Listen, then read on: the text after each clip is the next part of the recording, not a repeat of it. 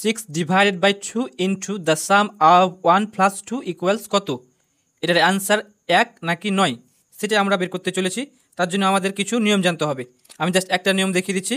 প্রথমে ব্র্যাকেটের কাজ করতে হবে, তারপর অফ অর্থাৎ এর কাজ করতে হবে, তারপর ডিভিশন অ্যান্ড মাল্টিপ্লিকেশনের মধ্যে যেটা আগে বাম পাশে থাকবে অর্থাৎ যেটা লেফটে থাকবে সেটার কাজ করতে হবে, অ্যান্ড অ্যাডিশান এবং সাবট্রাকশনের মধ্যে যেটা লেফট সাইডে অর্থাৎ বাম পাশে থাকবে সেটার কাজ আগে করতে হবে। সো আমি এটা তুলে নিচ্ছি।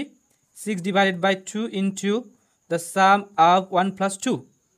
আমরা প্রথমে ব্র্যাকেটের কাজ করব যেহেতু বি আছে প্রথমে। সো 6 ডিভাইডেড বাই 2 রেখে দিলাম, ব্র্যাকেট রেখে দিলাম, 1 এবং 2 যোগ করলে আমরা পাই 3। 6 ডিভাইডেড বাই 2 রেখে দিলাম, এটা অ্যাকচুয়ালি গুণ হয়ে আছে তার জন্য আমরা এভাবে লিখতে পারি। এখন আমরা লক্ষ্য করি ভাগ এবং গুণ কোনটার কাজ আগে করব।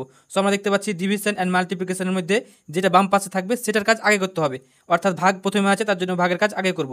সো 6কে আমরা 2 দ্বারা ভাগ করলে পাই 3 এবং ইন্টু 3 বসে গেল, অর্থাৎ এখান থেকে আমরা 3 পেলাম এবং গুণ দিয়ে 3 বসে গেল। এখন 3 এবং 3 গুণ করলে আমরা পাই 9। এটাই হচ্ছে কারেক্ট আনসার। ভিডিওটি ভালো লাগলে অবশ্যই চ্যানেলটিকে সাবস্ক্রাইব করবেন।